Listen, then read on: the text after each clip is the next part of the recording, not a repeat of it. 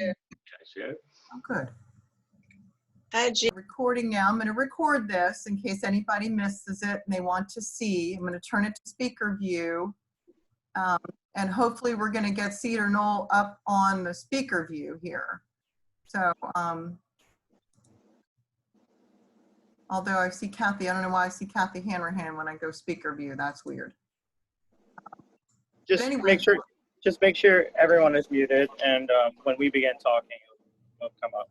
Yeah. Okay. Everybody's muted now, and I'm gonna, except for me. So let's see. Yep. Everybody's muted. Welcome everyone to Conversations. We are really excited to try a new experiment in our Zoom journey. It's wonderful to have everybody here. We have 29 participants on this call and some guests. So we want to welcome the guests to Mount Vernon at Home. We've been doing a variety of activities online since the COVID crisis began in April. And we have more and more members who have learned how to use Zoom and are coming up online, and we've been doing lots of different things. And this is one of the events that usually members are attending at a community hall or church hall and bringing in a speaker and talking about a subject of interest. And we've been doing this the last couple of months, and this month we are talking to the restaurateurs of Cedar Knoll Restaurant. And I'm not going to take too much time to explain that because our hosts are going to do that. But Paula Lettuce, our board chair, is live at the scene. She's at Cedar Knoll now. And we're going to walk through this beautiful restaurant. If many of you who, it's in your backyard, this restaurant's been here a very long time. It's gone through a couple of iterations. It's a historic site, taken over by two brothers, Blake and Andrew Holden. And Andrew is the chef. And we'll talk about Blake and his role because he is here as the tech supervisor, and he's got a camera set up so that we're going to walk through the restaurant and visit the rooms and talk about it. And Paula is here to talk. So again, it's an experiment. So be patient with us. I want everyone to be able to hear and of course see. So I'm going to mute myself now, and I'm going to take it away, Blake and Paula, over on the site.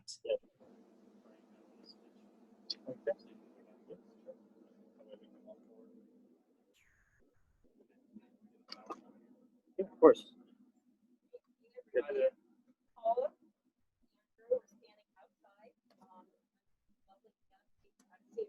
Okay, we're having trouble hearing already. We can't hear you. Desk is off. We're outside. You're hearing the air conditioning buzzing in the background, but we're outside Cedar Knoll. We're looking at the front door from the parking lot. Paula, can you hear me okay? Because we're really having a hard time hearing. You may have to get close. I am screaming. Okay, we're outside Cedar Knoll. Can you hear me now? Yeah, it's much better. Thank you. Okay, I'm right on top of his phone. Mask down. We're outside. We're looking at the front door from the vantage of the parking lot. They've got lovely grounds here that they've been developing since they bought the restaurant. We're going to show you some of the tallest lilies on the planet that are outside, and then we're going to go back into the restaurant for a little tour, and I'll start interviewing Andrew once we get inside back in the air conditioning. So we're walking towards the lilies. A few of these have kind of wilted and withered and died away, but you can see some are still up here. Some of the blooms that's easily 8 feet tall. I'm not sure what this one is over here in the background. That's about 10 feet tall, but last year that was a big lily. It was the dark purple one. I'm not sure what the variety was, but we have about 6 or 8 different types of lilies in here. That's a Scotch broom, which gets nice orange flowers on it. And we can turn around and we can take you through the rest of the landscape here.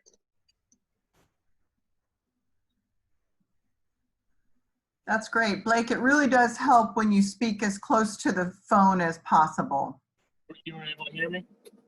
Said it helps if you speak as close to the phone as possible. I see. Okay. Yeah. How about now? Is that good? Yeah, it's really good. And we heard you about the height of the lilies, and they're extraordinary. Beautiful. Great. Yeah, here we have a little spot where we keep some information. So when people drive up, say on Monday when we're normally closed, it has our hours and everything and our takeout menu. And then we have a little informational board here, which is new and something that we have placed up here. Blake, we're still, I think the sound is still going to be an issue, and it may be that you have to carry that phone, just carry it right by your mouth. Yeah, so this sign right here is something that we placed out here to give information about our COVID policies. And we're going to just walk around through the gardens. We don't really need to talk too much else just from here on out while we're outside. So you can just kind of enjoy the nature. Good, thank you. We can see very well. Everybody's good? Nodding, yes? Okay, good, good.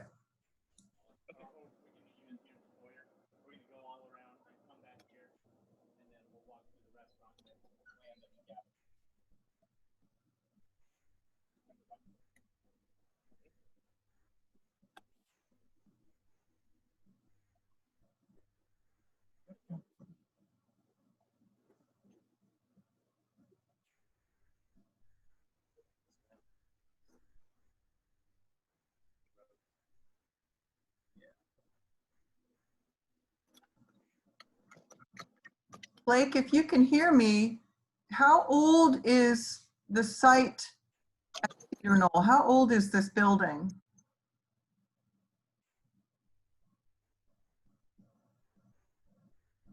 Uh-oh, looks like we locked up.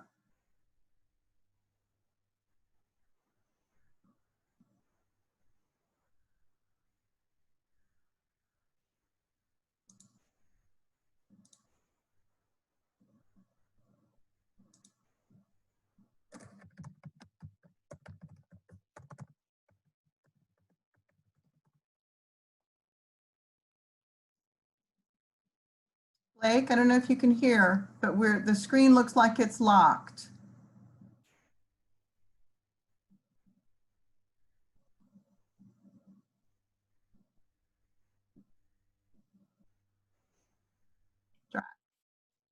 Let's see.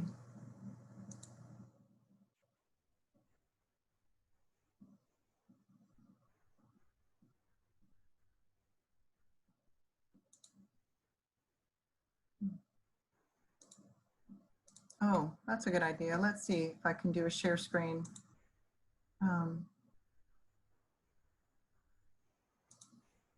Sorry, guys. As I said, we're trying this experiment and I'm looking for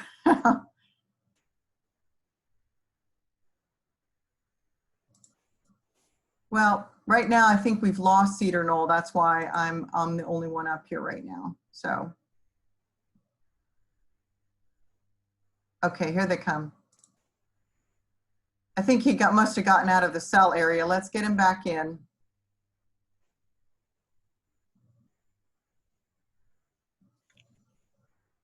It's in the wine closet.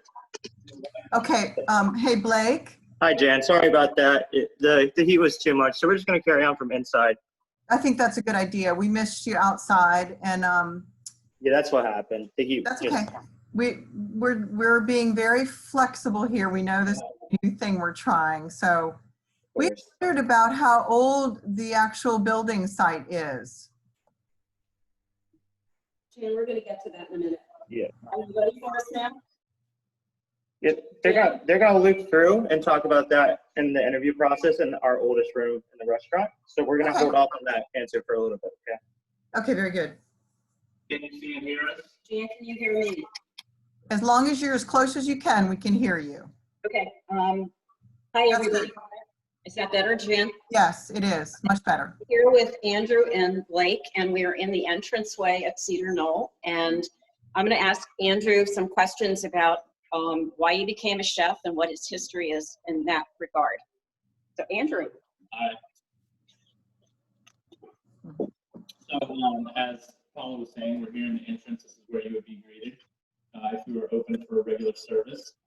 You'll have to get closer, Andrew. Sorry, we really need you Yep, no problem at all. So as Paula was saying, we're here in the entrance. This is where you would have been greeted if we were open for regular service. See if I can orient the bike in such a way. But right behind Paula, we have a shingle from Mount Vernon, from the roof of Mount Vernon. So while we're not part of Mount Vernon, the property we're on was once one of the farms of Mount Vernon. So we kind of feel like we're sort of like the little brother of the Mount Vernon property. We're going to take you into what we call our botanical room. I'm short, yeah, no problem. So again, my name is Andrew Holden. I'm the chef and owner here of Cedar Knoll. In 2013, I established a company called The Joy of Eating. We started as a catering business, and soon I was looking to expand. I never really wanted a restaurant until I saw this place. In fact, it was actually listed as a job opportunity, which was pretty odd. It was said chef and restaurant owner opportunity in a job posting. And so I called the number. It was a lady in Hawaii. And she said, oh, you have to meet my husband out there. We've owned the property since 1970. And so I met him out here. It was March of 2015. And there was a little bit of snow on the ground. And I was looking in the windows. I was thinking, we need a lot of money for this place. And turns out we didn't, because he was willing to do some renovations. So we own the business here, not the property, unfortunately. But he and his wife purchased the building here and 3 acres around it for $180,000 back in 1970. They tell the story like they came in here for tea and some cake, and the previous owner overheard them talking about how they thought this would be a perfect restaurant for them. And she said, well, it turns out I'm looking to sell it. So it wasn't even on the market at the time. And the way I picture it is, they're driving here in a convertible and they're having a great time. They stop in for tea and cake and they just write a check for $180,000 and the place is theirs. The rest is history. But since then, there have been probably about 5 or 6 different operators here. The Malicks, that's their last name, the people who own the property, they owned and operated for a good 15 or 20 years since they purchased it, since the time they purchased it. And they did things here like weddings and events, like what we do. They even had dinner theater, so we kind of brought that back a couple times doing our murder mystery dinners. But it was a little more sophisticated the way they did it. They had actually like an orchestra section where they had musicians above in a loft. I don't know how they did it. Maybe people were much shorter back then, because it's really not a very tall space in there. So they had this old lighting rig up there something I'd never seen before. And it was a dinosaur. It was probably, a good 8 feet by 4 feet wide and 2 feet tall, and had all these levers and contraptions on it. But just some of the things that we found here when we moved in, and some of the history that we've heard. A lot of things we've just kind of pieced together as we've been here, things I've asked the owner and things that we've heard from the community. Fortunately, we have a community here that's been very supportive of our team coming in and revitalizing Cedar Knoll. Because in the past, we've heard that it hasn't been so great. So in a way, it was sort of an easy act to follow. We've heard of, cold food and warm beer and smelly carpet. There's no carpet in the place, maybe a couple area rugs that get cleaned often. But that was the first thing we did, was clean up the property, slap some paint on it and decorate the place. And then over time, we've made different improvements, like the landscape outside, which you got a little bit of a preview of. But this is our botanical room, and we put some curtains in here. We put a little wallpaper on this attic cover. Like in turn, we've got these scientific drawings of and illustrations of plants and flowers on the wall, sort of further signifying the theme that we have here of the botanical room.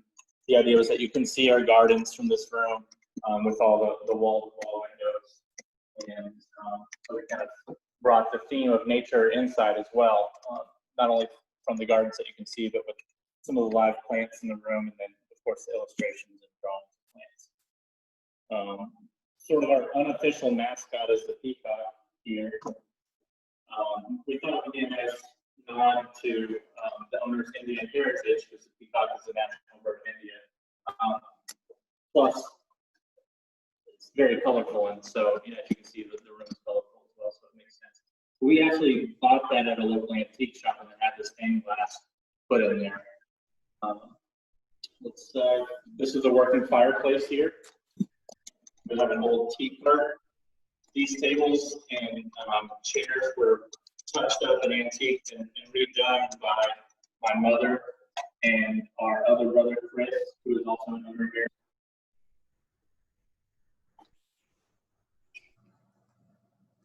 Yeah, so this stone floor, which I'm not sure if you can see it or not, the flagstone floor, we think that this room at one point was outside and they enclosed it, and that was a patio. They used to call it the patio room, I think, for good reason. We didn't think that sounded good. We're gonna go through the hallway here. If you're in the restaurant here and you want to know where the bathrooms are, here they are. So we've got gentlemen here on the right and ladies here on the left. So Blake, if you want to show them how nice and clean they are. It matters, right? The restaurant is clean, that is important. Another space that we've decorated. These are the original signs that were found here. So, a lot of things here really just needed a polish and a touch up, but some of the other things that we brought in, I enjoy personally on my limited free time off. I like to go shopping for antiques and things like that. Sometimes I don't even have to have time off because I can pretend like I'm working while I'm doing that. So this is one of the finds that I got at an antique store here. This little water cooler. I'm sure it works, but we don't use it for that purpose. It's more for decor. We have this old sideboard here.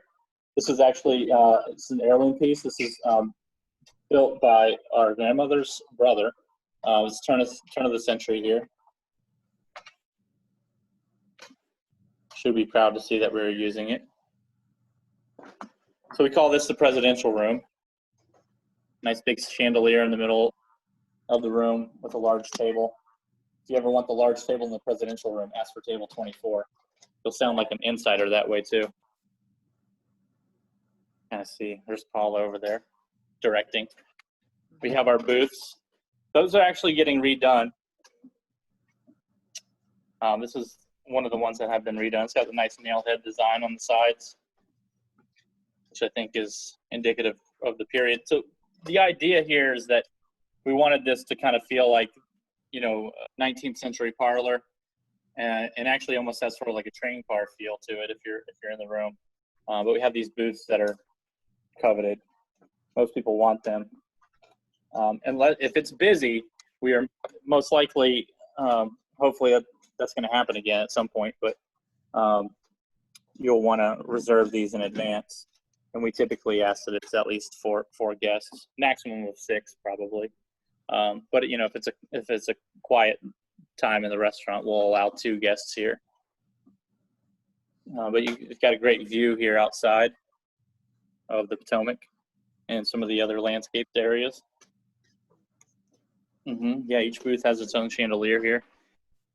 Most likely, we're going to be putting curtains in between these booths when we do reopen, and we're not sure when that's going to be, but at some point. So we've got a nice fireplace here, some sconces above it. There's Chef Hercules from Mount Vernon. There's a young George when he was in the Continental Army. Another picture of George over here in the corner. I'm not sure if you can see that with the glare. We have these cool, I think they're called is it a Dutch door? Yeah, we have these Dutch doors here. So the top opens. We always thought it would be funny to, serve drinks through there if we had a table sitting there, but we never actually do it. So that's the presidential room.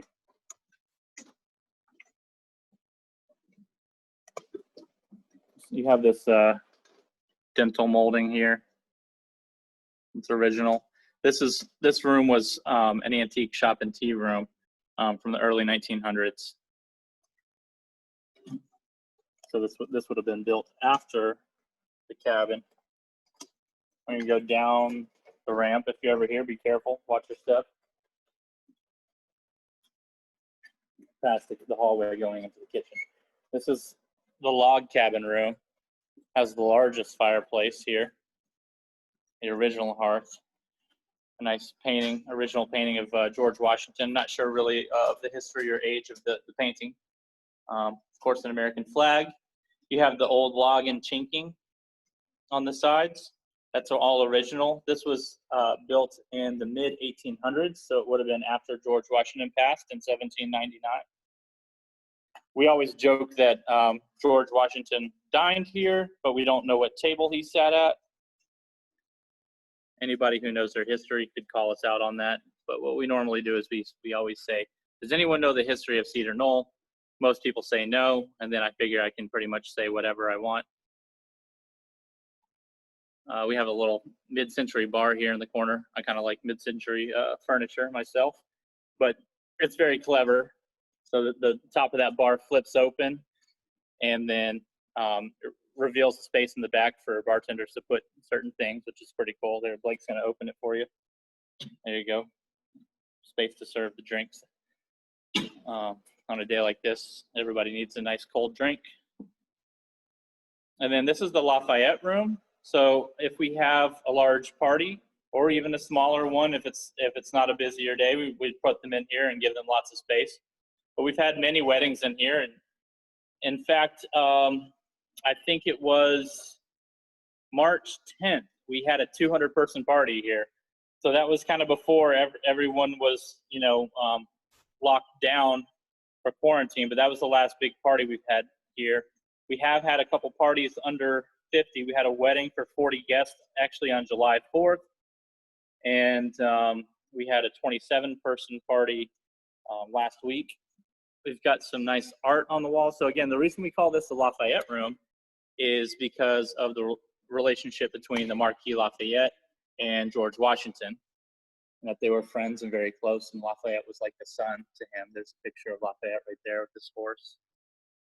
I'm not really sure the significance of some of these other paintings, but just things that I found when I was at antique auctions. There's a nice drawing here of Alexandria.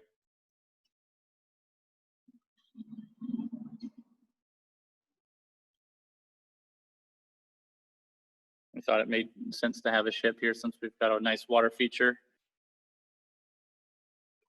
outside.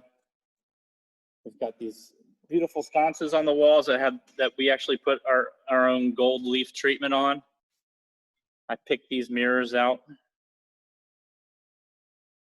We may be doing some rearranging here in this room. I kind of want to give it a little bit more of sort of this old library feel. So now that we've got more time than we know what to do with, that might happen. You can see some more of this gold leaf over here in this bookshelf. We have a 1965 near mint condition version of Harvard Classics, green and gold. Again, so if you all have ever seen the Peacock Room, if you look at it on YouTube, you can see the idea was we actually called this space in between. You can see we have these curtains here that block off the log cabin, and then over here we have this curtain to block off Lafayette if we need to. And this one's a little more sheer and light. We did have some heavier ones, and it just didn't make sense to keep them up there. But in between the curtains, we call that the Peacock Room. So you can sort of have a semi-private space here that can accommodate 10 to 20 guests. And then the idea was that that we would kind of mimic the Peacock Room, but we haven't gotten that far yet. But you see some of the elements here on the wall, this bookshelf with the gold leaf that we put in back there, and with the green, and some of the Asian style art. Yeah, and these are the stairs here that go up to the loft. And Paul is going to demonstrate how to get up there. There is another access to go up to the loft, that we put in. So you see right here, the curtain that's up there, that's where the musicians would have been behind that, but there was no curtain before. We actually put that up there just to kind of block off the loft and use it more as storage. And then I'm going to take you out here to this covered patio. So we have a pergola that we actually installed. Me and my two brothers and a family friend of ours last July, when it was as hot as it is now, thought it would be a good idea to put this up. And it was, but maybe the timing could have been different in terms of not having to suffer through all the heat. But so we have this nice covered patio. It's got a pergola, some lights, as you can see. Get a glimpse of some of our patio furniture out here. We actually had these tables imported from France. They thought I was crazy when I spent $15,000 on patio furniture, but it's lasted 5 years. It's still in great shape. It has these heavy iron bases and enamel tops with brass strapping that go around it. You have some nice bushes out here. Little weeping evergreen. This little rock garden I kind of put in last year myself. Some of these large rocks. Well, actually not by myself completely. I needed help with the rocks. Let's see. We've got some olive trees here. One here. We've never actually gotten any olives off of them in the 5 years they've been here, but they're pretty. But funny enough, putting up this pergola actually made the space feel bigger. And then we have our lawn, which is really the only place that we're serving guests right now. And I use the word serving kind of loosely because we just ask that guests bring their own blankets or lawn chairs, socially distance, and pick up carry-out that they pre-ordered, and then they can enjoy it out here. This hedge here we put in not this past July, but the July before that. Typically every July we pick a big project and knock it out during the week around 4th of July. And this year we actually were open, so we didn't do any big projects, but this was the project that we did in 2018. The pergola was 2019. So what we did here is we just kind of made it a nice space where our wedding clients could get married and have more of a private space on the lawn. And then, you know, a nice place for any kind of event. We have these third Thursday happy hours where some vintage cars come out and park on the lawn, and then guests can, you know, enjoy some live music and look at the cars. That bush obviously needs to be replaced. These flowering bushes here, I'm not sure what they're called. They might be called mountain something or other, mountain of something. I'm sure some of you are probably saying it right now and I can't hear you, but the large ones with the yellow flowers attract more butterflies than any other plant I've ever seen. You can't see them now. I guess they're just not out, but typically we have lots of beautiful butterflies that come out to see these big yellow flowers. So more lilies and things like that. We actually do have some usable produce out here. There's some lavender over in the corner. We're right outside the presidential room right now.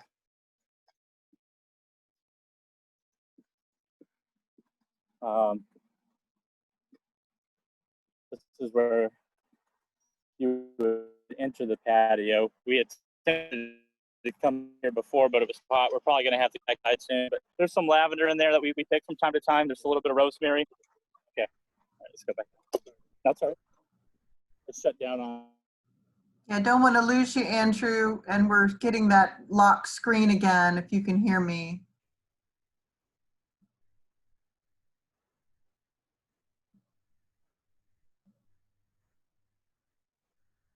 Might have happened again with him going out of the Wi-Fi area. So let's see if we can get him back.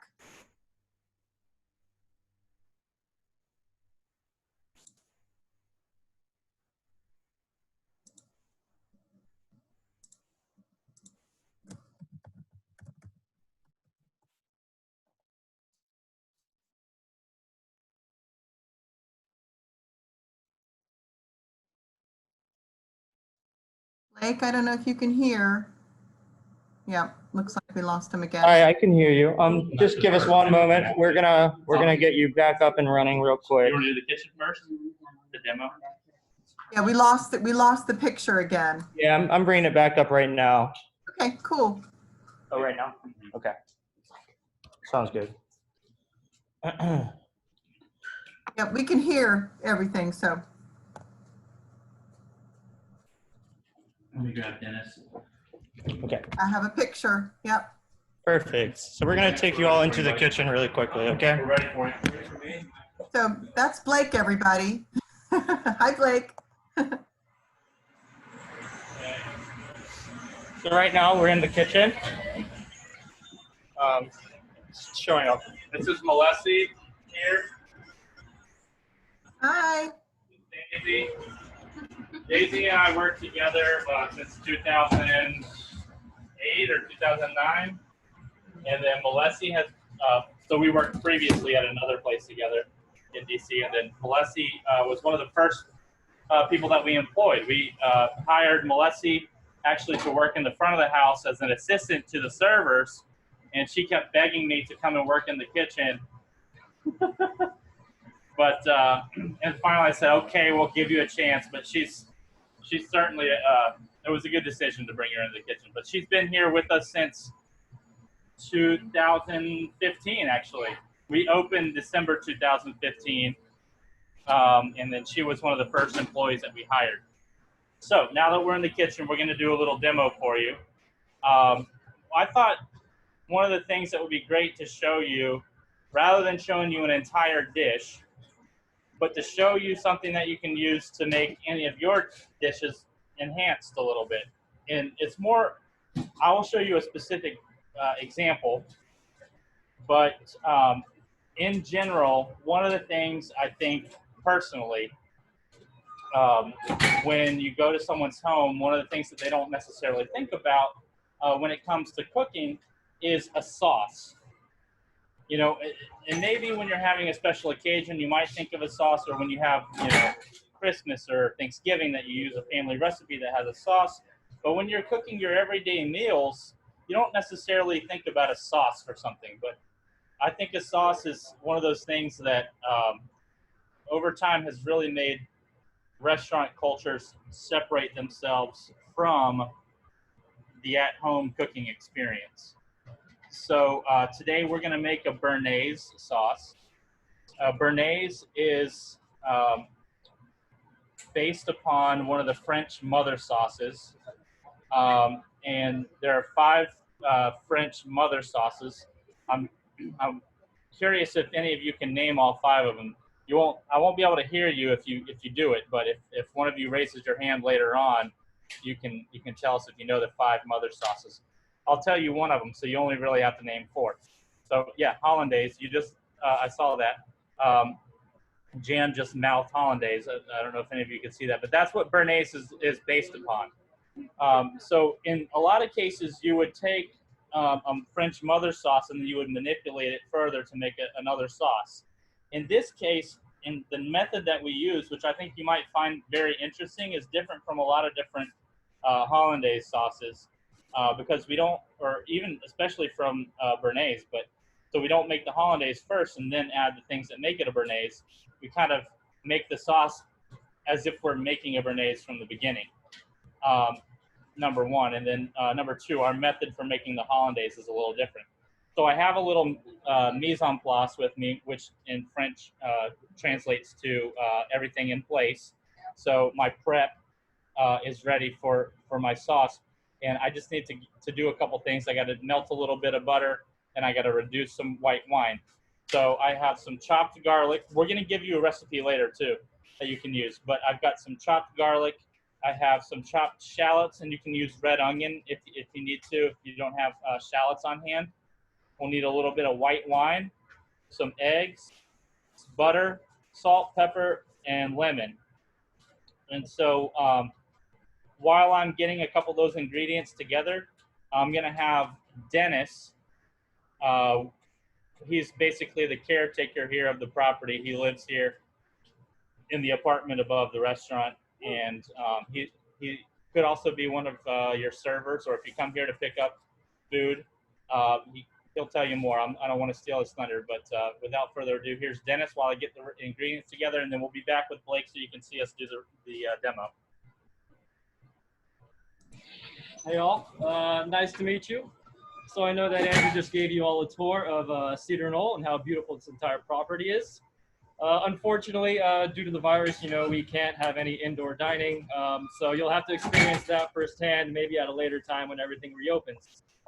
But happily to say, we are doing carry out and takeout for food. So we still have all of our fan favorite entrees that everyone loves, like the picana steak, the jumbo love crab cakes, the rockfish and risotto.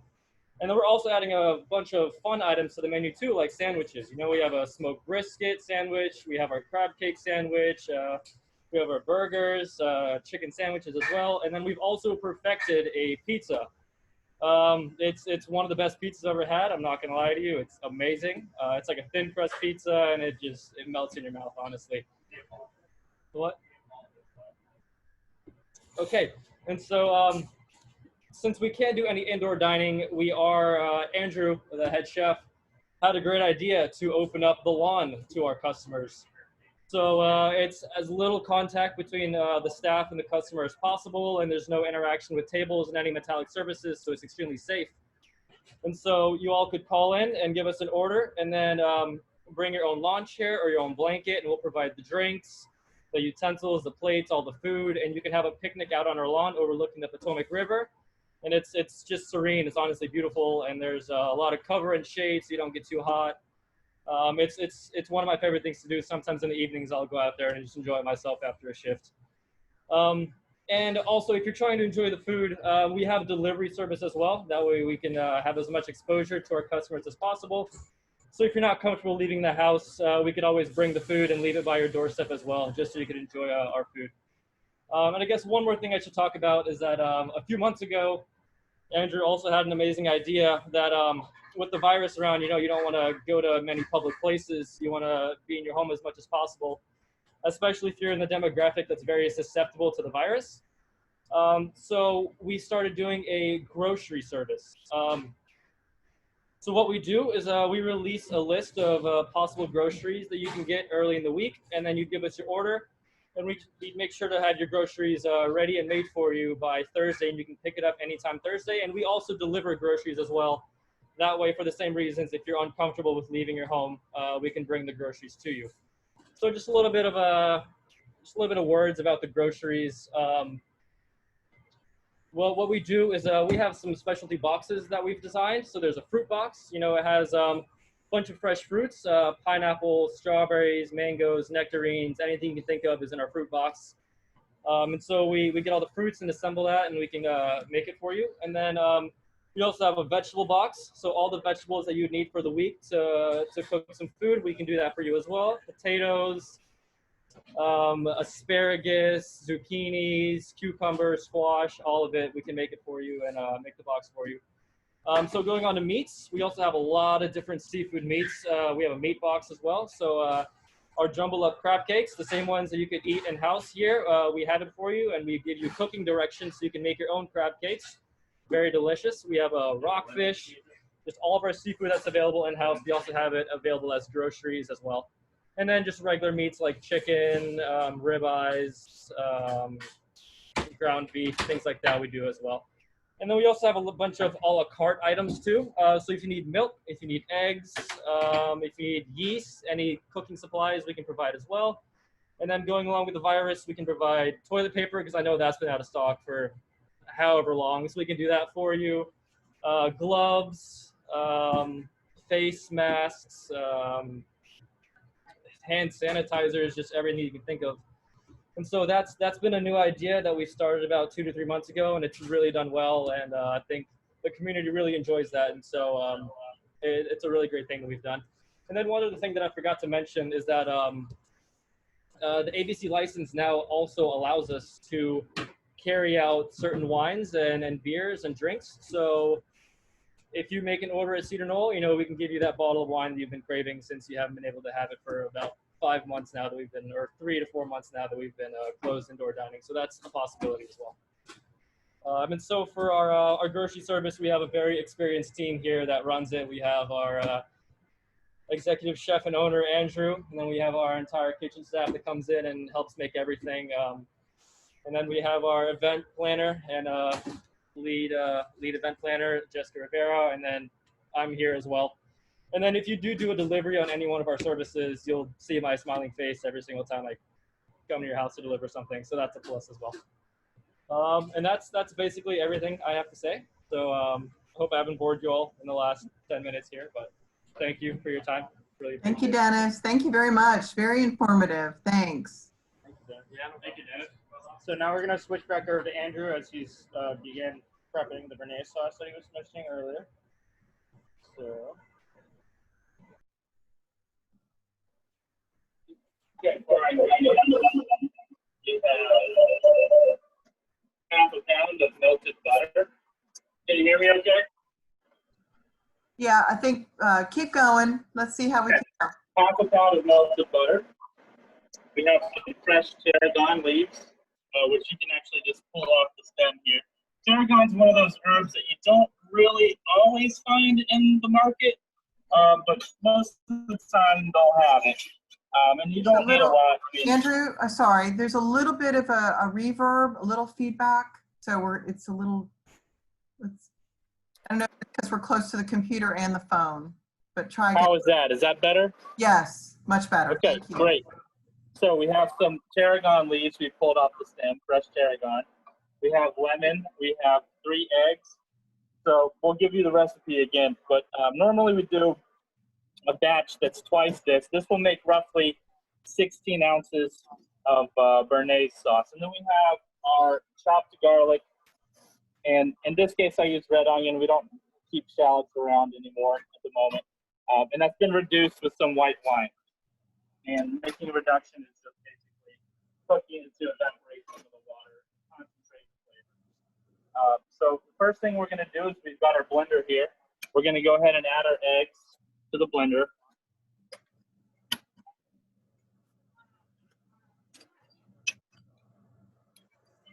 One, two, 3 eggs.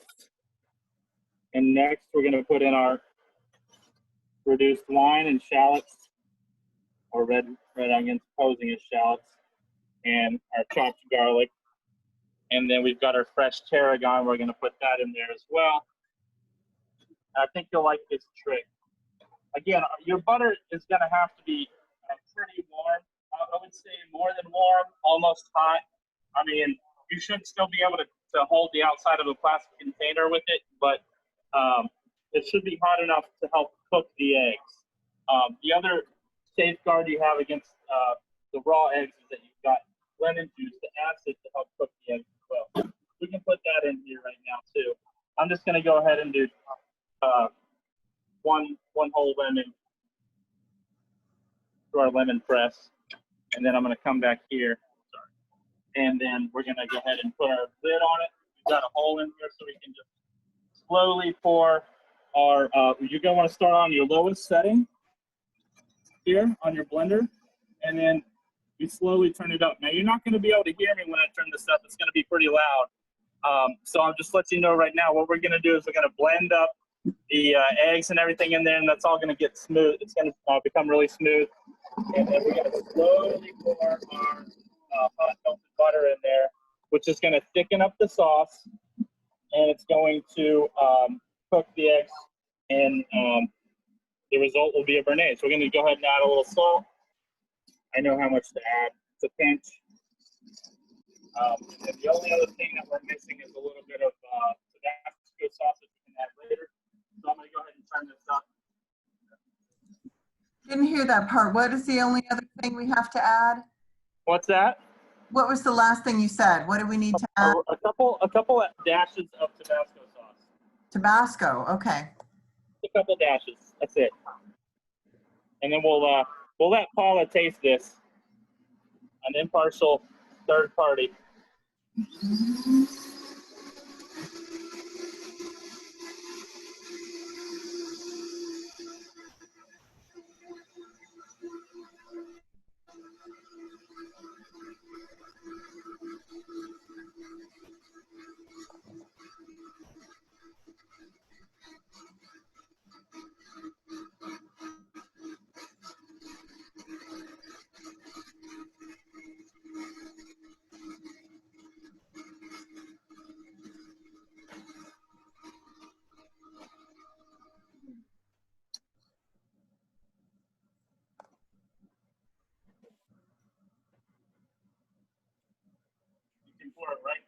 the container.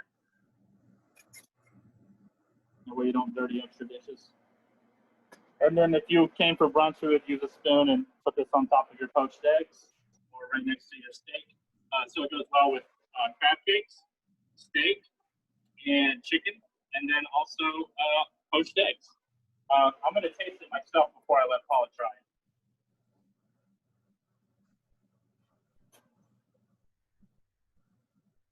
Has anybody tried to eat food through their mask yet? I did that yesterday. Oh, yeah. I think it's good to go, Paula. Come on in here. Tell us what you taste.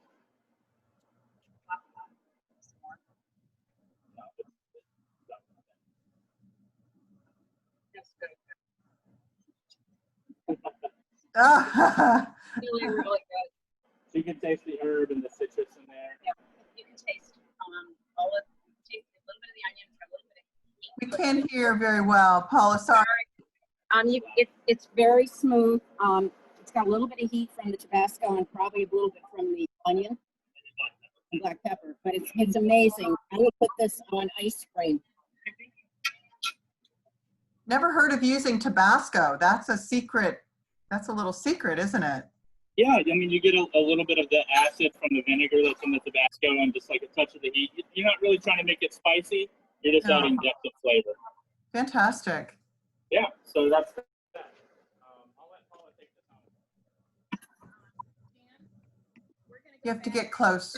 I We're think- gonna leave the kitchen now, and we're gonna go back out into the Lafayette room by the fireplace, and Andrew can field some questions, and so just give us a minute to reposition out there, and we'll get. Very good. Bye, everybody in the kitchen. Thank you.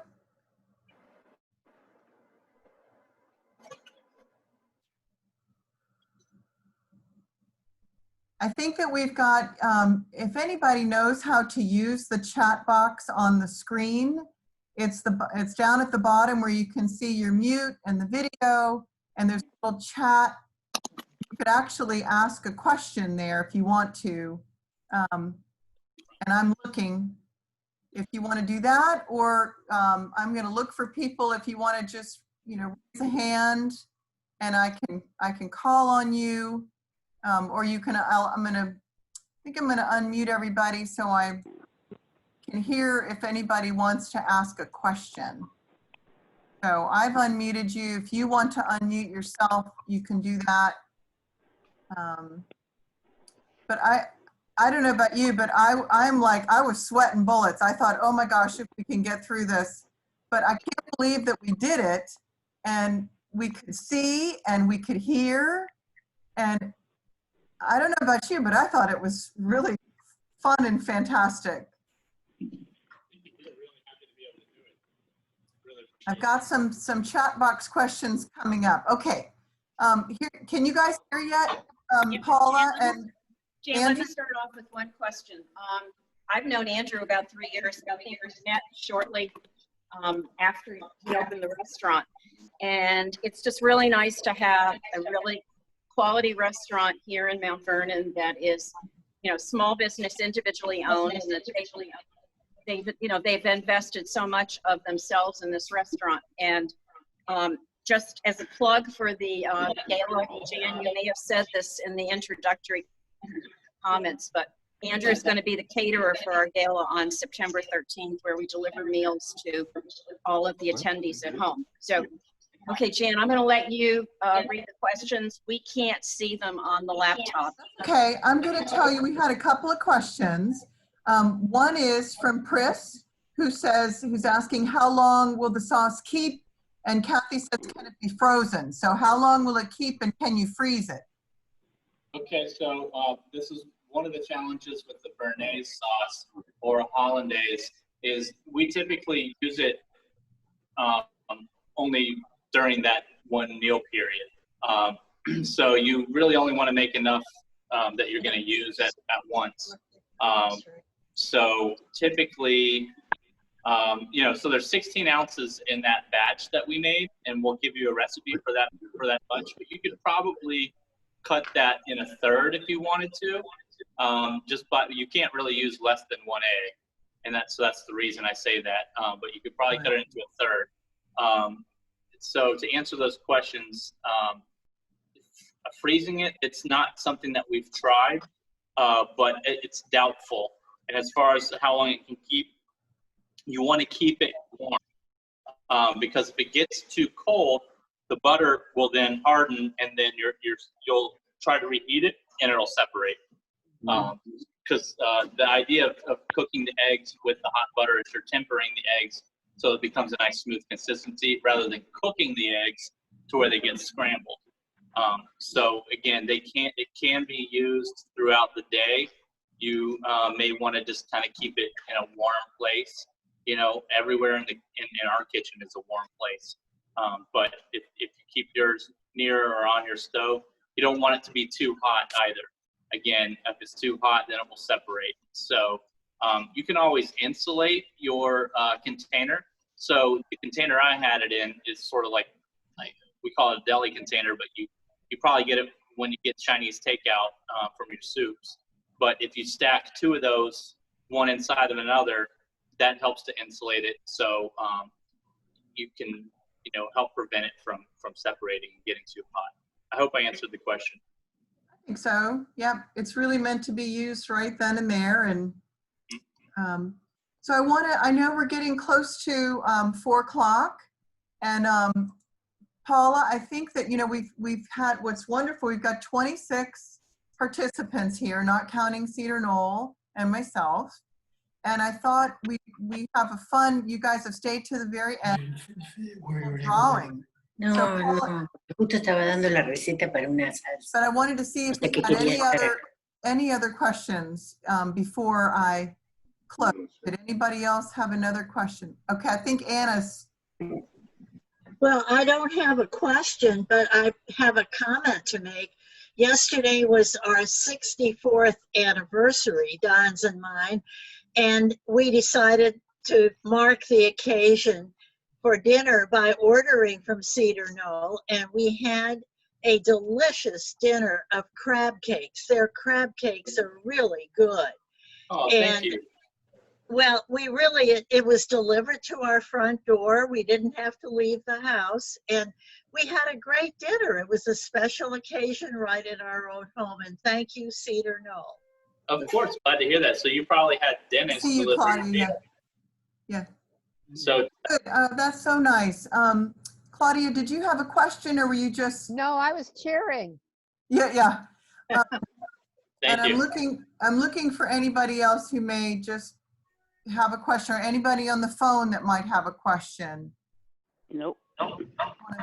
And remember, we are going to be using Cedar Knoll to cater our upcoming event, our Celebrate Gala on September 13th. They are going to be delivering these beautiful crab cakes along with, we're going to deliver one meal to everybody because the logistics are going to be a nightmare. But to everybody who buys a ticket, Cedar Knoll is delivering this beautiful crab cake and a beautiful piece of chicken and vegetables and salad, and we've got cheese and dessert and wine, and it's all going to come to your home. So we're really excited to be working with these guys. Thank you. We're excited as well. Yeah, we're so excited. I think Maury might have a question. Maury, you got a question? So what is the phone number for Cedar Knoll for placing an order? Yes, sir. That is 703-780-3665.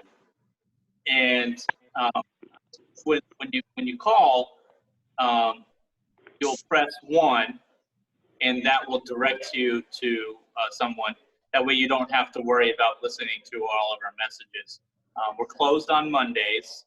We're open Tuesday from 4 to 8 p.m., Wednesday from 4 to 8 p.m., Thursday from 4 to 8 p.m., Friday from 4 until 8:30, Saturday from 11 a.m. until 8:30 p.m., and then on Sundays from 11 a.m. until 7:30 in the evening. Have a little patience with us. Sometimes we get a lot of phone calls at once, and we have a phone system that works well, but you might have to call a couple times to get your order in. But if we see that you've called, you leave a message, we'll get back to you. We should be doing online ordering pretty soon. I don't know if anyone's given you our website yet, but we can include all that in an informational email or something like that. We'll get you all the necessary information. I want to go back to, I think it was Claudia, right? Claudia, you got to try the Bearnaise sauce. We put that with the crab cake, so. I think that was Anna Peterson who tried them. Yeah, Mrs. Her Peterson. husband, yep. Great, yeah. You were able to get the Bearnaise with your crab cake, so thank you. Oh, great. Yes. And the mashed potatoes, even the mashed potatoes were super. Mm. Oh. Well, congratulations to the Petersons for 64 years of marriage. That's amazing. Congratulations. So the last thing we're going to do is a drawing, right? Andrew, did you want to, or Paula, you want to say something about the gift card? And then what I want to do is have Chef just pick a number between 1 and 26, because I've listed everybody. I'm not cheating. I listed everybody's name and I put a number by your name. So Chef could just shout out a name and let us know, we'll know the winner of a gift card for Cedar Knoll. We have a $50 gift card as a little prize. No, it's not a raffle. We're just going to pull a name, and the lucky winner will get an opportunity to either use it when they do pickup or at the restaurant in person. So, Andrew, number? Pick a number, 1 to 26. I pick 6. Number 6? Oh, wow. Our newest associate member, Mary Cebulski, has won. Oh, that's wonderful. Oh, lucky you. Well, welcome to Mount Vernon at Home and one prize. I mean, how good is that, really? It's great. Yay. And again, thank you everybody for being here. Paula, thank you for being at the restaurant. Chef Andrew and your team, your brother, I thought that worked out smashingly. And it's beautiful there. I know that many of you have stories about Cedar Knoll and it's a long time. My big brother had his wedding reception there in 1986. That's great. That's what I remember. I wish I had $1 for every time someone told me something like that. Right, I know. That's how great the history of Cedar Knoll here is in the community. So thank you so much. I mean, just to hear your passion about the place and the history and how you're so interested to keep it up. And it's in beautiful shape, gardens and the interior. You obviously are really loving on that place, and it shows. So thank you. Everybody, let's give a big hand for Cedar Knoll. Thank you so much. You guys have a wonderful rest of the day on Sunday, and tomorrow morning, 9:30, we've got Meditation Monday with yours truly. So come on in at 9:30 and we'll do some deep breathing and move through our Bearnaise sauce meditation maybe tomorrow morning. Anyway. Bye everybody. Stay cool. Take care, everyone. Thank you. Thank you so much. Bye. Thank you. Bye, everybody. Bye. Bye-bye. Thank you, guys. Thank you. Thank you. Of course, thank you. Yeah.